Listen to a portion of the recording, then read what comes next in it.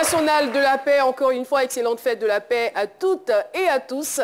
Eh bien, l'émission se poursuit, comme je l'annonçais. On retrouve tout de suite Laurent Monti.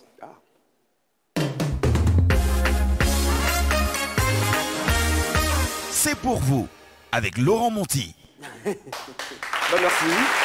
Caroline, je profite de la lucarne offerte par notre invité pour mettre en lumière un phénomène dont on parle très peu. Et c'est vrai qu'on entend beaucoup parler de tous ceux qui veulent aller à l'étranger, en Amérique, en Europe pour se chercher, mais on parle très peu de ceux de la diaspora qui rêvent de faire le chemin inverse, qui rêvent de venir s'installer, se réinstaller, investir en Afrique. Et voilà, c'est vrai que c'est quelque chose dont on parle très peu. Et moi, il s'appelle tout simplement les repates.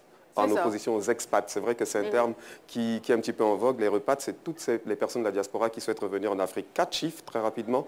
Selon l'ONU, en 2019, on estimait à 13,6 millions le nombre d'Africains installés à l'étranger, dont 1,3 million d'Ivoiriens.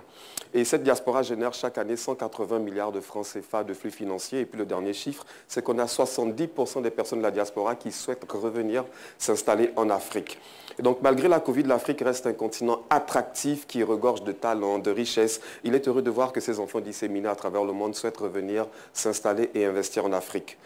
Toutefois, il y a quand même pas mal de petits soucis, j'en relève 3. Le premier, c'est qu'on a très peu de structures étatiques qui sont mises en place pour accompagner les personnes qui souhaitent revenir s'installer en Afrique. Le deuxième point, c'est qu'on le voit tous, le marché du travail est saturé, donc il y a l'entrepreneuriat qui est mis en avant. Et puis le dernier point, c'est qu'on a un manque criard d'informations. Pour toutes ces personnes qui ont vécu pendant longtemps à l'étranger, qui souhaitent revenir, il n'y a pas d'informations disponibles pour eux.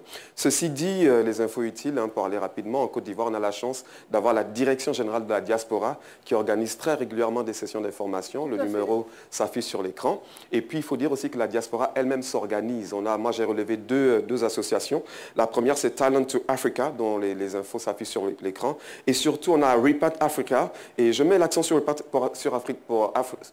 Africa, parce que ce sont des jeunes Africains de différentes nationalités qui ont mis en place un fonds d'investissement pour accompagner tous ceux de la diaspora qui souhaitent revenir en Afrique. Donc, eux, vraiment, ils ont tout un package pour vous accompagner.